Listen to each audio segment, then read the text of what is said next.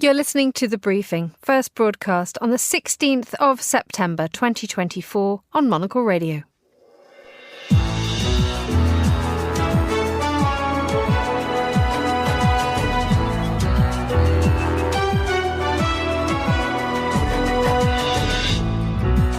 Hello and welcome to The Briefing, coming to you live from Studio One here at Midori House in London. I'm Emma Nelson, and coming up on today's programme, France's European Commissioner Thierry Breton quits, claiming Ursula von der Leyen tried to push him out. We'll have the latest.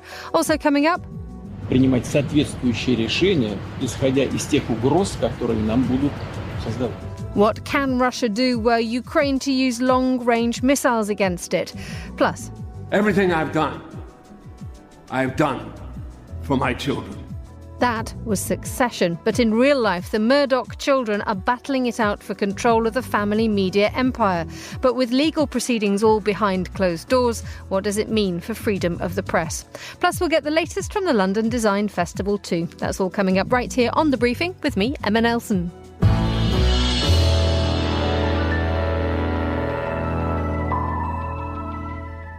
France's European Commissioner Thierry Breton has stepped down in what appears to be a row with the current head of the European Commission, Ursula von der Leyen.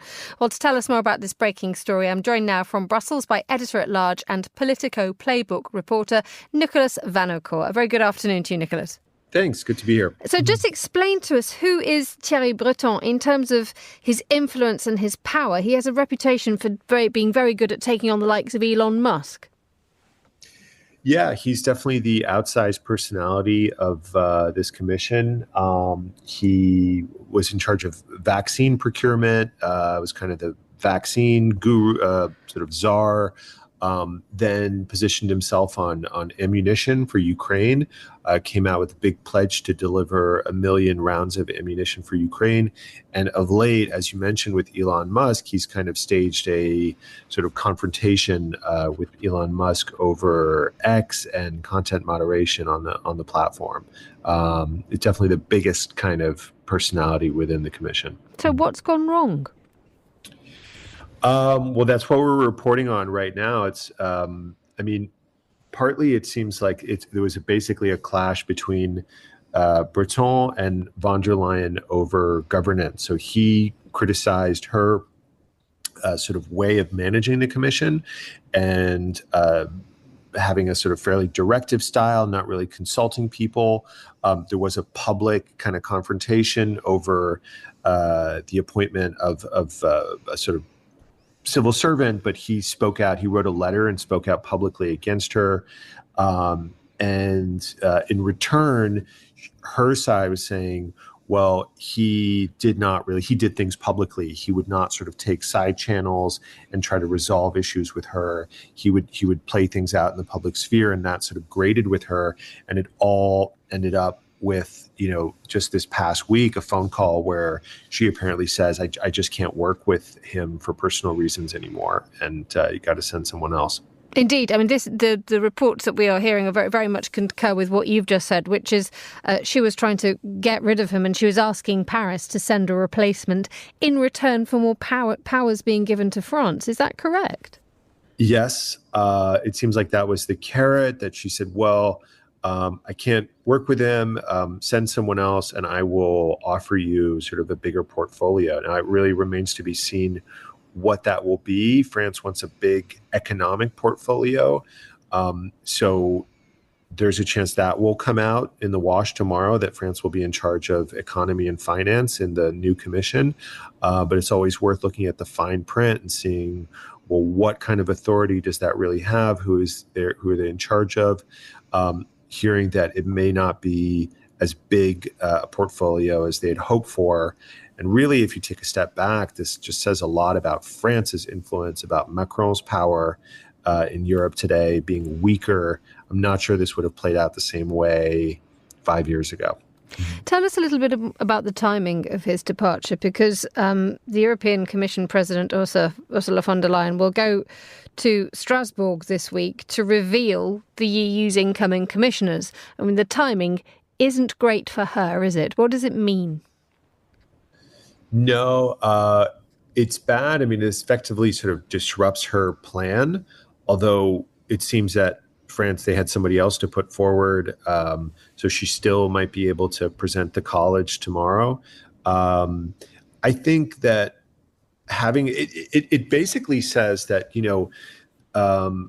this was it's very bad timing for her, because essentially Breton was named months ago, and so they could have sorted this out a long time ago, but apparently it all came to a head in the last week, and she must have felt that it was such a problem to be with him that she could weather another scandal, another sort of disruption, just to get rid of him. So it shows that she was really eager to get rid of him. And it could sort of bring a further delay in presenting the college, but it looks like we are going to see the full College of Commissioners this week, minus perhaps the Slovenian candidate, and that's a different story.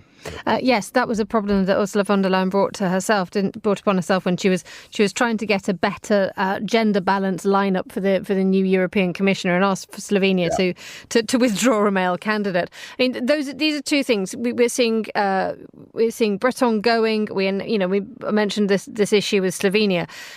Ursula von der Leyen is starting her second term as EU Commissioner. She had enjoyed a very successful one, a very powerful one, where she actually gained an enormous stature internationally. But these two events and the others, it doesn't bode well for her second term, does it? No, it's a really chaotic start or prelude to the second commission. Effectively, you saw a lot of the member countries effectively, defying her in a way. She had asked for two candidates to be sent over, so she could choose between a male and a female candidate. That is not what happened when she the first round. She got 21 male candidates and just 4 female candidates. So there was a defiance there, and it's continuing this kind of mess a little bit around it was supposed to be resolved last week. It's continuing with the Slovenians, and now with the French. Effectively, it's pushback from the member states against Ursula von der Leyen, and a little bit of the sort of power dynamic between the capitals and the EU. And what's behind it is also some questioning of Ursula von der Leyen's style of governance, that she's been this very directive, very kind of closed door type leader. And we might see some of those chickens coming home to roost for her now, that, that she has had to weather this pushback after having had such a smooth ride. And the next term does look like it's going to be really difficult for her, with a lot of intractable challenges and opposition from the member states on key issues. Nicholas Vinocourt in Brussels, thank you so much for joining us on Monocle Radio. The time here in London is 8 minutes past midday. You're listening to The Briefing with me, Emma Nelson. Let's have a look at the day's other news headlines. Here's Laura Kramer. Thanks, Emma. The alleged gunman arrested for attempting to shoot Donald Trump on a golf course expressed his willingness to fight and die in Ukraine and criticized the former president on social media. Trump broke his silence on Truth Social, posting it was certainly an interesting day and he is very proud to be an American. The outgoing Mexican president, Andrés Manuel López Obrador, has signed into law controversial judicial reforms on Sunday, making the country the first to elect all of its judges by popular vote. Opponents say the reforms will undermine democratic checks and balances and have created diplomatic tensions with close trade partners, the United States and Canada. And a small conservative Christian political party called the Federal Democratic Union of Switzerland has vowed to launch a referendum campaign against allowing Basel to allocate funding for the Eurovision Song Contest. The party denounced Eurovision as rife with anti-Semitism, blasphemy and Satanism, pointing to performances from this year's competition like Ireland's Bambi Thug, whose performance featured a pentagram. Those are the day's headlines. Back to you, Emma. Thank you very much indeed, Laura. Now, although we will probably only hear about Ukraine's use of its allies' long-range weapons against Russia after the event, what we do know is that Russia has promised that any response will not be pretty. But what form could any escalation take exactly? Well, to tell us more, I'm joined by Dr. Jenny Mathers, who's Senior Lecturer in International Politics at Aberystwyth University. Good afternoon, Jenny. Good afternoon. Good to have you with us. Just explain to us that there is no public agreement on the use of long-range missiles at the moment, but that doesn't mean that things won't change, does it? No, absolutely not. I mean, I think what we've seen throughout, Russia's full-scale invasion of Ukraine is that the Western support for Ukraine has been always inching further. And so at every stage, things that were not imaginable maybe a few months or a year in advance, now become imaginable. So although at the moment the US seems to be ruling out this use by Ukraine of long-range weapons to strike deep in Russian territory. Zelensky's going to be meeting, President Biden in Washington soon. They will certainly discuss the issue again, and it will still be on the table. So we'll see what the ultimate decision is. The Russians have said that any response, as I've just said, will not be pretty. So let's try and nail down what exactly any escalation could look like. Do we have an idea of what the Russians have up their sleeve? Well, I think we can use past actions as one guide. So the kind of vague but threatening phrases that Putin has been using are very typical of what Russian officials tend to say in these circumstances when there's something that they don't like, which is being mooted, which they're trying to prevent it from happening. And actually, you can look at all the way back into Soviet times with very similar kinds of stock, general but rather vaguely threatening phrases. And I think it's there for several reasons. Firstly, it doesn't commit the Russians to doing anything in particular. It says, we will do something, but it doesn't really tell us exactly what that is, perhaps because they don't know themselves exactly what they might do in response to something which may or may not happen.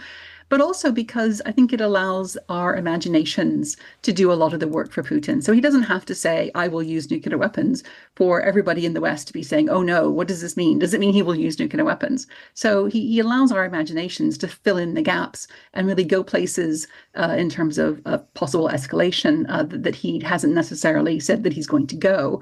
But also, I think if we think about what escalation means, when we in the West hear the word escalation in relation to the war in Ukraine, we tend to think about either direct conflict between NATO troops and Russian troops, or we think about nuclear weapons. We think about escalation which might involve us, or escalation which might take the war to a totally unprecedented level. But actually, what Russia has tended to do in terms of escalating its responses is either escalating its responses to Ukraine, so hitting Ukrainian civilian targets even more intensively than it has before, and or doing more things sort of not directly related to war, but more things which are directed at Ukraine's Western supporters. So this could be things like expelling diplomats, it could be things like covert operations, sabotage actions in the West. It could be information sort of warfare. It could be a whole wide range of things. And these allow Russia a lot of flexibility to do things which are irritating and damaging in different ways, but don't carry the high price tag of, say, using nuclear weapons. How much flexibility does Russia still enjoy? Well, it has quite a lot of flexibility in terms of what it does, because, as I mentioned, these kinds of covert moves are particularly appreciated and enjoyed by Russia. Putin has really advanced the intelligence services in Russia to a very high level in terms of status, in terms of resources. A lot of money and effort has been put into developing their resources, and they do use those networks. They do make use of these kinds of things. So they do have a wide range of possible options available to them on the table, which do not necessarily involve escalating the war in the way that we tend to think of it.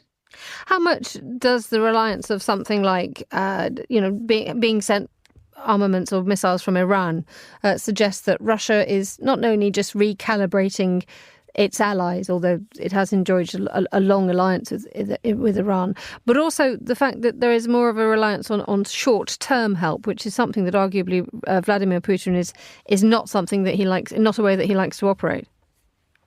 No, I think, but I think the war in Ukraine has really drawn down a lot of Russian resources. And while there's a lot of emphasis on how Ukraine is struggling with manpower and weapon shortages and so on, it's important to remember that Russia is also having its own struggles in many of the same areas. And so Russia really cannot produce the volume of weapons and ammunition that it needs to continue the war in Ukraine in the way that it's been fighting it. It's running through its stocks very quickly. Its military industry just isn't up to it, even though they're going to 24-hour shifts.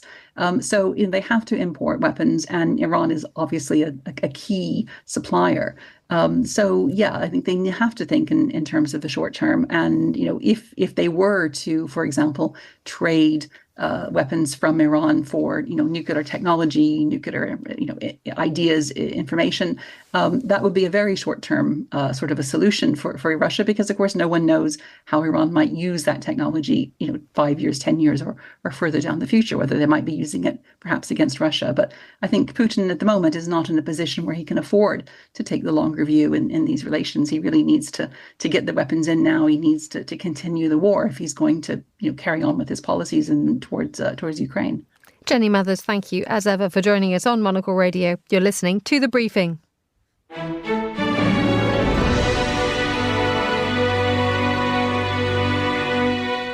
Now, nothing, it appears, can make Justin Trudeau regain his popularity as Canada's Prime Minister.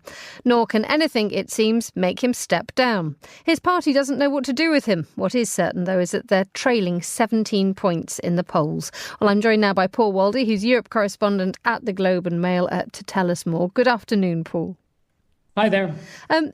Justin Trudeau's been in power for the best part of a decade now. Is this just an inevitable part of political power in its decline? I really think it is, and I think we've seen that certainly play out here in the UK where, no matter what Rishi Sunak did, it was pretty clear that the Conservatives were headed for defeat. And that seems to be the same situation facing Trudeau. Although, of course, as you mentioned, he's been in power for 9 years, whereas Sunak was only in power, Prime Minister, for about 18 months. So different situation on that front, but very similar themes. I just think there's a time and a place when governments just run out of steam and run out of popularity, and there's very little they can do right now. So just explain to us what's gone wrong in terms of the way that Justin Trudeau has managed Canada. Well, I think you think back to 2015 when he swept to power with a majority victory. And at that time, he was considered really, kind of a liberal darling around the world. His popularity was at an all-time high. Lots of people in other countries thought he was, the sort of new wave of leadership going across Western countries. But really, things started to kind of fall apart for him really towards the end of that first term, when I think people saw him as maybe a little bit arrogant, maybe a little bit out of touch. Then he won another election, but it was a minority government. Then another election he called, which seemed to be unnecessary, came up with basically the same result, another minority. So his popularity had kind of been waning anyway. But I think now people are just kind of tired of him. Housing costs are high. The cost of living is high. A lot of the same pressures that are facing people around the world are facing Canadians. And they look to Trudeau and say, hey, it's time for a change. Who's piling on the pressure on him within the party? Well, no one within the party, really, no one publicly anyway. There's lots of kind of rumors and that kind of thing. But the parties in Canada tend to be very, very fiercely loyal to their leaders. It's not like a situation, certainly in the UK with the Conservative Party, where MPs can basically force a leader out. That doesn't happen in Canada. There's no tradition of that. And there's no real mechanism for that. Even if a bunch of MPs wanted to get rid of Trudeau, they really can't do it under the party's constitution. It takes the entire membership to have a leadership review. And that only happens periodically. So there's no real mechanism to force him out. And we're not seeing a lot of public calls from MPs, Liberal MPs, who want him to resign. We're hearing a lot of things privately and a lot of rumblings, but there hasn't been this kind of outpouring of efforts to try and get him to step down, which is really the only way they can get him to leave. The only trouble is that Trudeau's team is also losing key players as well. So although there's perhaps no one taking him to one side saying, time's up, Justin, those within or those who are close to him are actually sort of voting with their feet. Well, exactly. And of course, what we're also seeing is, again, what you saw here in the UK is a lot of MPs saying we're not going to run again. Up to 30 or 40 MPs just might not run again in the next election. A lot of the senior leadership for some of the cabinet ministers, the chiefs of staff, they've left. Some of the senior campaign people have stepped away. So you're right. People are making it pretty clear with their feet where they think the party is headed, even if we haven't heard a lot of real public sort of opposition to him staying on as leader. Where is this going, Paul? When will the breaking point occur? Well, it's bad. Right now, Trudeau is facing the possibility of an election call at any time because the party was in a power agreement with the New Democrat Party a little bit to the left of the Liberals. The NDP had agreed to kind of keep the Liberals in power through to 2025. But a couple of weeks ago, the NDP pulled out of that deal, basically saying, they didn't want to be tainted with the unpopularity of the Liberals. So they pulled out of that agreement. So really, the government could fall at any moment, depending on a non-confidence vote. So that's put the Liberals in a bit of a bind too, because if Trudeau did leave and they did try and launch a leadership campaign to replace him, then you're into the prospect of the Conservatives, New Democrats, and Bloc Québécois ganging up and forcing an election by voting the government out. So he's really got himself in a corner right now, or the party has. So they may be stuck with him no matter what into the next election. Tell us a little bit about the effect that this is all having on Canada itself. Well, I think people feel the country's a bit at adrift. Yes, the Conservatives under Pierre Poilievre have quite a substantial lead in the opinion polls, but he's kind of an unknown entity as well in a lot of people's minds. So I think there's a sense that there's not really any direction going on. And in the meantime, as I mentioned, house prices are going up. The cost of living is high. Inflation has come down, but it's still considered high by a lot of people's standards.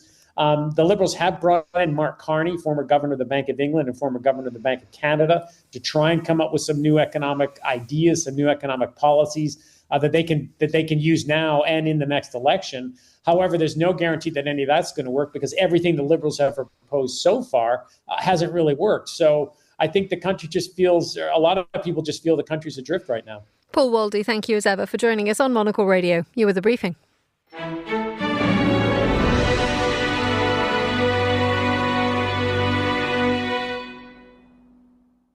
A battle over who will take control of Rupert Murdoch's vast media empire begins this week.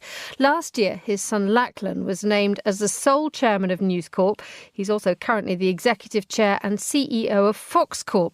Well, this move was seen as widely as a sign that he was being primed to take over the empire, which is worth tens of billions of dollars. But this week's legal battle will see his other children mount their challenges, and it will all take place behind closed doors. Well, I'm joined now by Ivor Gaber, who's Professor of Political Journalism at the University of Sussex. Welcome back, Ivor. Good to have you with us. Thank you, Emma. We know very little, but what can you tell us about the court action, which is identified with a matter of a few letters and numbers? It's very hard, it's very unusual, actually, that this court case was spotted. Indeed, and in fact, Nevada or Reno in particular makes a lot of money by providing, secure, private, secret court hearings, particularly in cases like this involving trusts and corporations. There's just the faintest chance, by the way, that it might be open because there is yet another challenge by media organisations to it being in secret. But I think the smart money is they're going to lose. What's it all about is basically, well, it's an interesting, just stepping back from all the legal issues. I think it's about three things. I think it's all about Rupert Murdoch, of course. Firstly, it's about the fact that he thinks that the Murdoch empire now will be financially better off under the single control of Lachlan, his son, because he thinks if it's under joint multi-control, there'll be all sorts of disputes. So that's Murdoch, the businessman. Then there's Murdoch, the journalist, or political journalist, let's call him, because quite clearly Murdoch is on the right, some would say the far right of the political spectrum. And worryingly for him, the other two main players, his son James and his daughter Elizabeth, are not. In fact, James has recently come out supporting Kamala Harris. So he is worried that if Lachlan, who is a good red-blooded right-winger, isn't in total control, his media empire could start drifting, not perhaps to the left, but at least to the centre. So politically, he wants to keep it right-wing. But I think the biggest issue is his ego. I think it's his ego. I think Murdoch wants his empire to be untouched as his legacy. This is the empire that Rupert built, and he wants it to last for 1,000 years, slight exaggeration. And he fears that under the joint ownership or control of his sons and daughter, or daughters, that might not happen. It might be split up. He thinks Lachlan is genuinely committed to maintaining it as an entirety. And so his ego has forced him, or has persuaded him, that the best way to do this is to anoint Lachlan and give him sole power. A moment ago, you talked about a legal challenge to try to get this case to be reported more openly, because there are a lot of repercussions, aren't there? Not least because of the fate of so many important media outlets is being decided, and no one knows, as you say, which direction they could be pushed. Oh, I think it's a huge media freedom issue in one sense, because very influential media outlets, Fox News is the big, in terms of news, the big most watched cable news channel in America, and highly influential, and played a major role in Trump's political trajectory. Not knowing who's really controlling it is obviously a democratic issue. But then there's other very important publications he has in this country, in the UK. The Sun, still a very important populist voice on right-wing issues. And of course, the highly influential Times and Sunday Times are controlled by him. And we would want to know, once he's passed, who is really in control. I could go on Wall Street Journal and so New York Daily News, but it's a big media freedom issue, if you like. But America's a funny place, to state the obvious. You know, each state is a law unto itself, and Nevada puts a premium, thinks it's secrecy, privacy is more important than openness and transparency. We can't claim to be totally pure in this issue because we have these things called super injunctions. An injunction is obviously where somebody is stopped from doing something, but a super injunction is where we're not even allowed to know if there is such an injunction in force and who's involved. And that has frequently been used in media issues, particularly by celebrities, to stop publicity that they don't want to get out. So similarly, both in the US and UK, the courts can sometimes be seen as the real enemies of media freedom. And I think this is a good example where it is a pretty disgraceful situation where perhaps the world, at least one of the world's biggest media empires, its fate is being decided in secret. In terms, though, of setting a precedent, is there ever the likelihood that a body as big as the Murdoch empire could be allowed to happen again, meaning that, you know, this may be a one-off? Well, I think it could well be a one-off because the basis of the Murdoch empire is what's called the legacy media, or the traditional media, print and television. And, you know, to surprise nobody, as commercial and editorial influences, they are in decline. Murdoch once tried to enter the social media world with something called MySpace, which failed miserably. Newspaper print are in decline around the world. Fox News, like its equivalent here in the UK, GB News, is far more watched, sliced and diced onto social media rather than people sitting in front of television sets watching it. So I think the long-term future of the traditional media is in some doubt, and that's why perhaps Murdoch is mistaken to see preserving his empire as it is now as his long-term goal. I think that empire, I won't say is going to wither and die, but it's certainly going to be diminished. So there won't, in my view, be another Murdoch in terms of traditional media. But, and it's a big but, in terms of the future, Murdoch and his empire are going to be diminished compared to the mighty and growing influence of the Elon Musks, the Bill Gates, the social media and internet players. They aren't going to take over. And so people will look back and see this as actually a small spat over a minor industry. Ivor Gaber, Professor of Political Journalism at the University of Sussex. Thank you so much for joining us on Monocle Radio.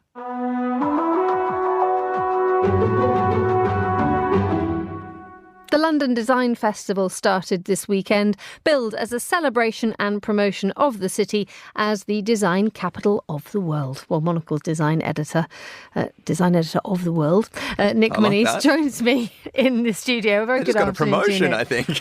Design editor of the whole world. Yeah, I like that. So just tell us, is London the design capital of the world? Because I had a slight sharp intake of breath when I saw that.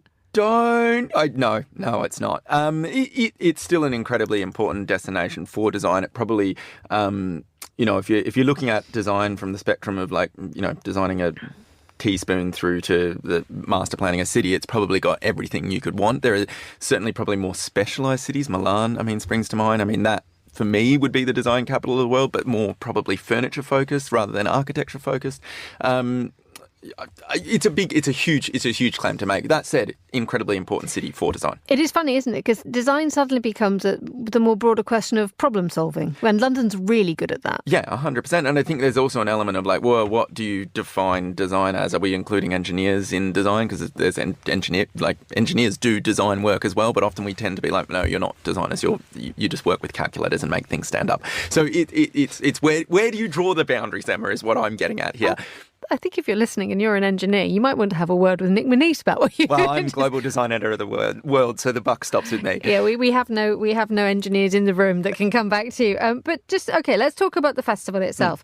Given the fact that London, obviously posits itself as the design capital of the world, but also given the fact that it does have this wealth of talent, scope, and possibility, where does the London Design Festival begin with all this?